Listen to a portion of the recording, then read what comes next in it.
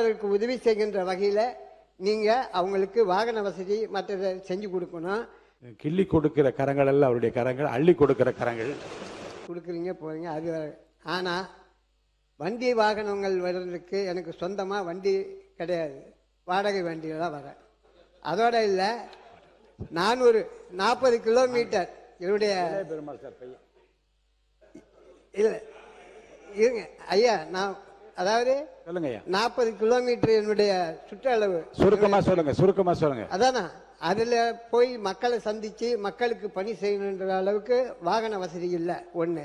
ரெண்டாவது, ஒரு செயலாளரை கையில் வச்சுக்கிட்டு அவங்களுக்கு ஊதியம் கொடுத்து செய்கிற அளவுக்கு வசதி இல்லை. இப்படி தான் இன்னைக்கு இருக்கிற சட்டமன்ற உறுப்பினர்கள் முக்கால்வாசி பேர் இருக்காங்க.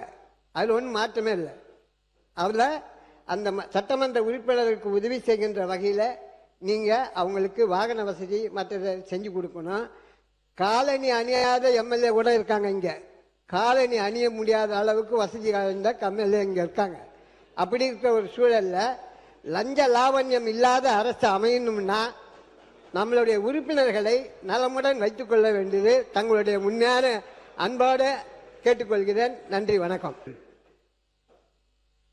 மாண்பு உறுப்பினர் அவர்கள் சட்டமன்ற உறுப்பினருக்கு நேர்மையும் உண்மையுமாக நடக்கிற போது சிரமங்கள்லாம் ஏற்படலாம் என்று கருதி சொல்லியிருக்கிறார் என்று நான் கருதுகின்றேன்.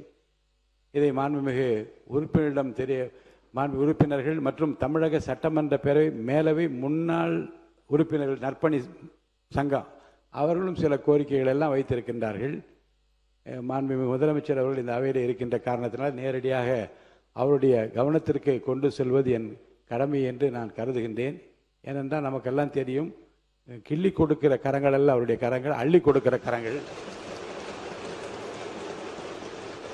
அந்த வகையில் அவையில் அமர்ந்திருக்கின்ற அனைத்து சட்டமன்ற உறுப்பினர்களுக்காகவும் முன்னாள் சட்டமன்ற உறுப்பினர்கள் நற்பணி சங்கம் கொடுத்திருக்கின்ற கோரிக்கையும் மாண்புமிகு முதல்வர் அவர்களின் கவனத்திற்கு நான் கொண்டு வர விரும்புகின்றேன்.